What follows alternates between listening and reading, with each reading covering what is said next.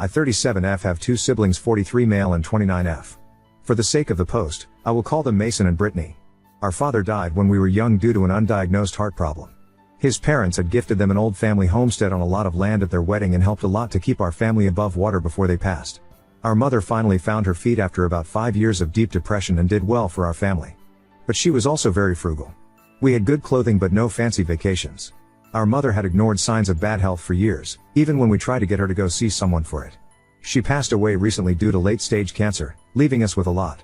My siblings each got more than $150,000 in money, sentimental but expensive items, and furniture. I did not get the money. I received the house, the land and some items.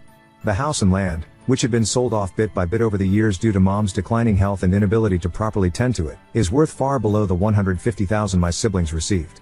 I had moved in with Mother near her end, and it really was only supposed to be temporary as I believed the house would be sold after her passing and the money split 3 ways.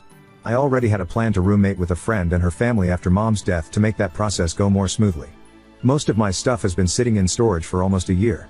As the only one who worked from home, I could watch the home health workers and nurses to make sure they were being kind, doing their jobs, and not stealing. Mostly, it was to make sure they treated my mother with respect and kindness, but my brother did worry about someone walking off with her wedding ring since she was so attached to it. We all agreed for it to be placed in with her ashes. So I made a little setup and took care of her. My siblings came by frequently, 3 to 6 times a week, each of them. Mason had 2 kids and Brittany only has 1, but they visited as well, though not as much near the end because it was hard for them. So in the weeks leading up to her death, my mother had me pack up what items went to who in large boxes and set them off to the side. My siblings hated me doing this but understood it was what she wanted. The will was read, they checked their boxes to make sure my mom didn't miss anything when telling me to pack, and they left me to my house. Weeks passed and I finally felt like I could start doing things to the house. Now, I did say the house was dingy. It's not worth $150,000 but the housing market is crazy, so I thought it was a bit of a luck. It needs repairs, the roof, the chimney, the water heater, some pipes, the doors and windows for heating purposes, and everything inside is so darkly painted or made of wood that just sucks out all of the light. I immediately had people checking the roof, the chimney and the water heater. My siblings offered to lend me the money but I declined as I had been saving for a while to buy an apartment or something small since it is only me. I could also rent rooms for the local college students to get some of that money back. I picked out paints for different rooms but decided to leave the wood flooring. As I started going through everything in the house, which had specifically been left to me as stated in the will, I began finding things. Money in books, and there are so many books.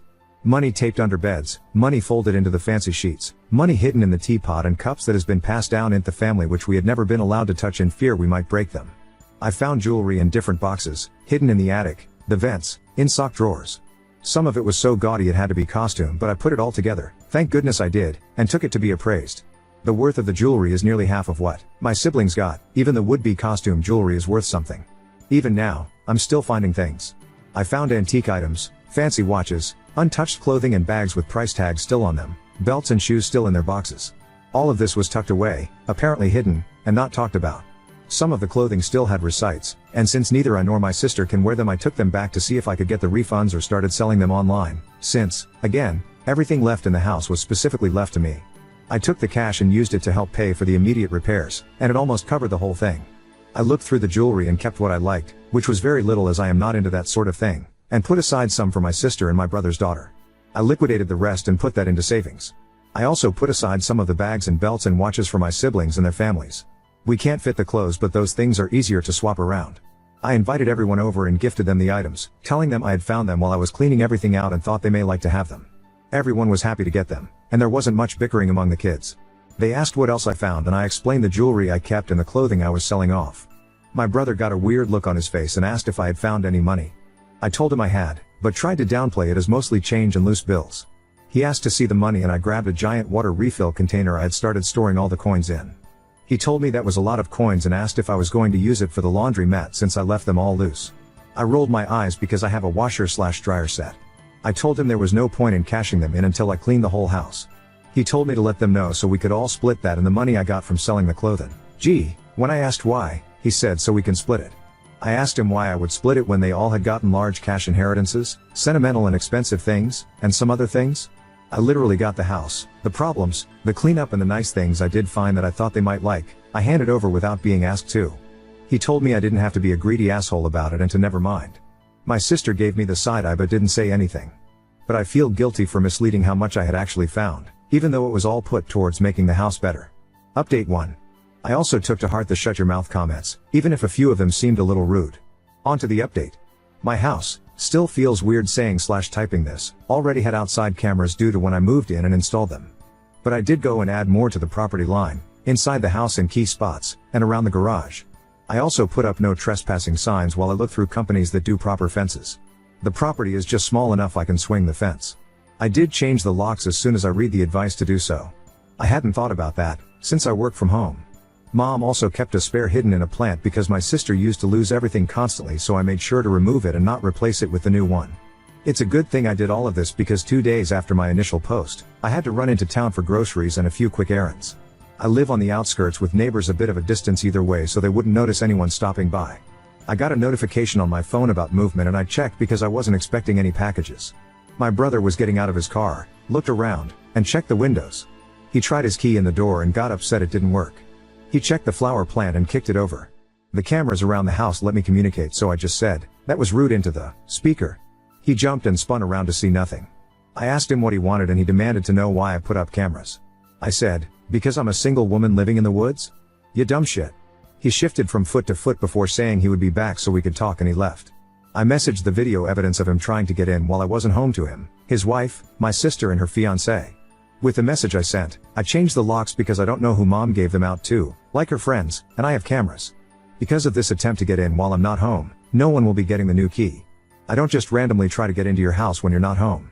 He sent me a lot of nasty texts after that, trying to shame me for doing that. I told him he shouldn't be doing things he doesn't want others to know about, and that it's a reflection on him, not me. He told me I was a bitch and blocked me. My sister thinks I went too far by telling his wife, because she is threatening to take the kids to her mom's. And she thinks I went too far by showing her fiancé because now he doesn't want him to have keys to theirs for emergencies. Somehow, I get the feeling this isn't over yet. Time to adopt a very big dog. Update 2. I particularly enjoyed the entire mini thread about the geese guards. Super amazing and cute idea. But I have a terrible fear of birds. So I am adopting a bonded pair of doggos from my local shelter. Once my name clears from the cruel to animals list of these gross people aren't allowed to adopt list, I can take them home. No pictures yet, I'm afraid. I really wasn't set on making another post. Or if I did, it would be when this is all washed and done. I did start a paper trail with both the police and a lawyer, who is a family friend. I documented the attempted break-in, didn't press charges but had them speak with my brother, and have him put on notice. He ended up getting new phone numbers, yes with an S, to contact me to berate me and shame me for sicking those pigs on him. I took all of those messages to the lawyer and sent off a few things, a cease and desist for the alarming numbers of calls, texts, social media DMs and emails he sent me. Some were full of rage about how I took his kids from him and the others were about how he knew you rat bitch found money in the house. Not once did he mention the post, and honestly I'm done enough with him that I don't care if he sees it because Lawrence says you can't touch this Mason, fake name, anyway. My sister Brittany, fake name, asked me out to coffee and apologized for taking Mason's side. She just didn't want the friction and thought the three of us could have worked it out together instead of getting others involved. She and her fiancé have the understanding that he handles his family and she does hers. I guess, for like disputes and things. So by sending it to him before she had a chance to even react to it, it felt like overstepping because I didn't give her the chance to do literally anything before her fiancé was losing his mind. I did apologize because I hadn't thought of it like that. I asked her what she would have done if I had just sent her the video and she said she would have sat on it for like a day to think about it and then probably would have asked me for more information or talked to him to see what the hell he was thinking. She also said I was a fucking moron for saying the gifts I had given everyone had been from the house. I should have said something about a bonus at work or something. I have no reason to trust her but it makes sense, so I'm going to cautiously keep in mind that she does have a harder time getting thoughts and emotions across in a normal way. Our parents weren't into the whole test your child for XYZ, so she has been struggling with the idea of being tested for certain neurodivergent tendencies. All this said, I found something really weird and I don't want to open it. In the basement, tucked far into a corner and buried behind a bookshelf and under boxes and boxes of things is an ancient looking freezer. It was and still is plugged in. It's running. It was buried and dusty in a way that I know there is no edible food inside of it. But you ever get that feeling that something just isn't right? Do I open it? Do I pretend I never saw it? Do I have someone else open it? Any ideas about why it was hidden? My one friend joked it was my grandfather's game box and it has decades-old deer inside of it. Is that a thing? Update 3. I will get the freezer out of the way because I know so many are eager to hear about it. I called over my lawyer friend Lawrence, fake name, neat lil play on words yeah? And explained that I needed more information on a few things but would need a house call because of the contractors coming and going. When he arrived and no one was there, he looked annoyed until I explained the freezer. He told me if we found a body, he was bailing but was laughing as we went down to the basement.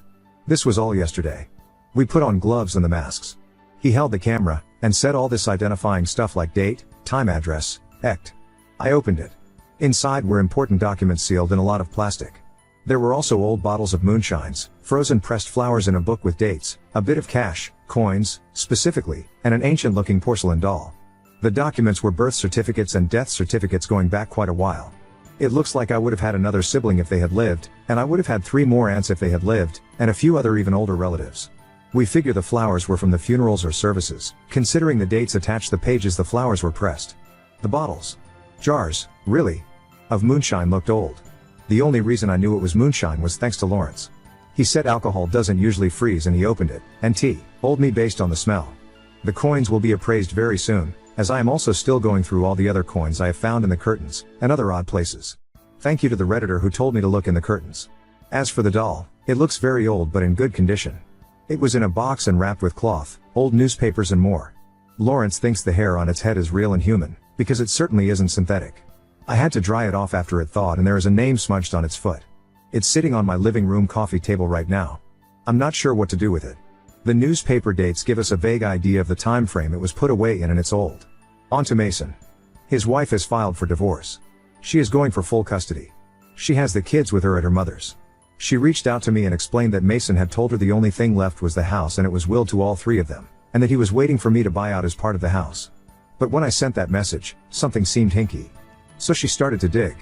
Mason has maxed out all their credit cards, the house is now on a reverse mortgage when it had been paid off, and he opened a few in her name. He didn't use that life-changing money left to him to pay off any of that. She isn't sure where the money went, but when she locked down her credit, it left him unable to use the cards he took out in her name and it sparked a massive fight. I can't even begin to imagine where the money has gone. He doesn't have new cars, new devices, new anything. Their 2 kids 14F and 10M are both old enough to understand what is going on. They won't talk to him until he tells them why they are losing their childhood home, why he hurt their mom, and where all the money is. My niece knows all the accounts are empty, including her college account, and she is furious. My nephew isn't as worried about college, understandable. Mason keeps messaging me about it's all your fault and just overall being nasty. I would have blocked him if it wasn't for the fact we are collecting evidence. My sister admitted he is ranting to her about it all, but she doesn't want to get him upset at her because they live just a few blocks away from each other, so it's easier for him to come knocking on her door. Despite that, she will not be staying with me. My fence should be starting built any day now. I will be getting my 2 doggos tomorrow. I think I have everything I need. Update 4. Between the fence, the new doggos, and problems with Mason, I just didn't have time to update. So to start, I am very sorry to say that I have forgotten my doggy tags. When I have time or remember, I will post them on this profile. One is a pitty and one is a German Shepherd. They are both high energy but not what one would consider pups, though they are my pups. Next, thank you everyone for your wonderful insight and ideas. I did pass along to my, soon-to-be ex, Sil about checking her children's credit. I checked mine as well. The kids have smaller problems with their credit now, thanks to Mason. She locked down credit and I sent Lawrence, my lawyer, fake name, to speak with her and he set her on a path of wrecking Mason with one of his lawyer friends who specializes in this sort of thing. My credit was not touched but I have locked it down, and I warned my sister of the same but I haven't heard back. To clear a few things up quickly. When my Sil told me they were underwater on the house, I had translated that to a reverse mortgage because there was a big celebration years ago about them finally paying it off. When Sil locked down her credit, she jumped through hoops and got the several cards that she did not open shut down. I don't know those details but it was done very quickly. Yes, several. So for the confusion, I do apologize. I wanted to keep things short. I won't be able to do much in terms of trust funds for my nibblings, unfortunate tell, why, but I am the trustee or overseer of the ones my mother had set up for them. Debating heavily on telling them / my Sil because word might get back to Mason. I fronted 3 months worth of rent for my Sil so she could get her own place so that the courts had no reason to look at her with suspicion. Mason is quickly going to lose the house and I don't want any reason to chance her custody. Another reason I did that was so that she and the kids could get to somewhere he didn't know about. All contact is now through lawyers. Mason went to her mother's house while they were all out to a school function and destroyed the place. They are still trying to figure out if anything was taken. Furniture, pictures, and decorations were smashed, clothing, including his own kids, were shredded, and he threw mud all around the house. He popped tires on my Sil's car, and threatened the neighbors. The neighbors called the cops. There was a problem during the arrest, and he and one of the cops were sent to the ER for stitches. How he managed bail money, I don't know. But I suspect he bullied our sister Brittany into it. Because she has been radio silent during all of this. I think he may have taken up staying with her. The house is going to be taken any day now, and my Sil is fighting to keep her car. That was what my Sil told me. Mason has been non-stop messaging and calling me. He even started a smear campaign on social media, getting our extended family to ream me out for not supporting a grieving man who just lost his mother, his wife, his kids, his house and his dignity. When I spoke with them, it quickly became apparent he circulated one hell of a bullshit story that painted me as a wicked sister who stole everything from him, and that's why I could afford to do all the work on the house. Like, I have a drug problem and dried up everything he had for drugs, rehab and more. All bullshit. Even after talking with them, not very many believe me. My fence is being built, and work on the house is still ongoing.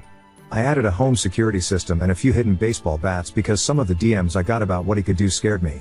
I added extra locks around the house and am considering getting rid of the sliding glass door or getting something to lock it like a gate. Lawrence warned me putting too much going forward might harm my case of a restraining order and slander. Now on to second story. Girlfriend belittled my brother's death anniversary traditions, calling them stupid and selfish, so I'm breaking up with her. I, 30 male, lost my younger brother when I was 22. He had cancer and fought very hard. Ever since, I've been donating blood on the anniversary of his death every year. I take the day off from work, visit his grave, donate blood, and then come home, relax, and watch his favorite movie. I know it's a simple, personal tradition, but it means a lot to me. My girlfriend of 9 months, Anna, F, 31, asked if I could meet her and her mom. I have met her many times before and it wasn't the meet the parents for the first time situation, for lunch yesterday. I told her no and explained again about what I do on my brother's death anniversary.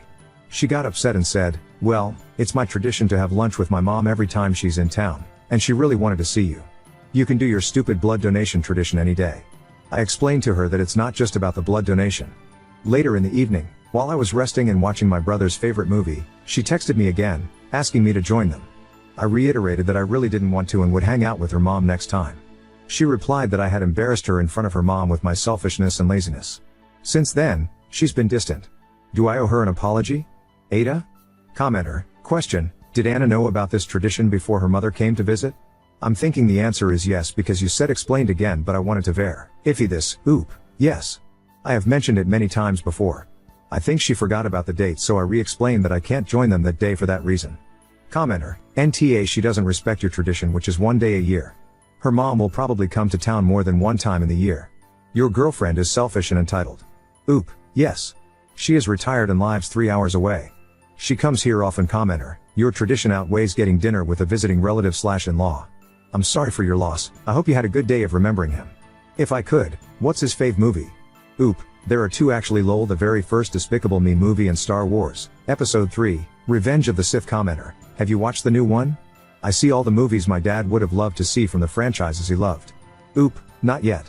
I'm planning to watch it with my dad. My mom died when we were kids and my dad raised us alone. On my brother's birthday, plan B is having him over for a movie night on my brother's birthday if the movie will no longer be on movie theaters in December.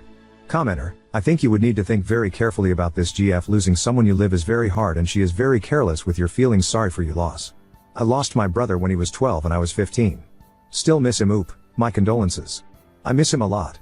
There are certain video games I can't even look at or play anymore because it was our special thing. Commenter, downvoted, I see plenty of room for doing lunch with your GF and her mom, and still commemorating your brother's death in the same day. It would have been easy to fit lunch between visiting a grave, drawing blood and seeing a movie. You also missed a chance to invite your GF to partake in your ritual, and instead seem to have just used it as an excuse to not go out with them.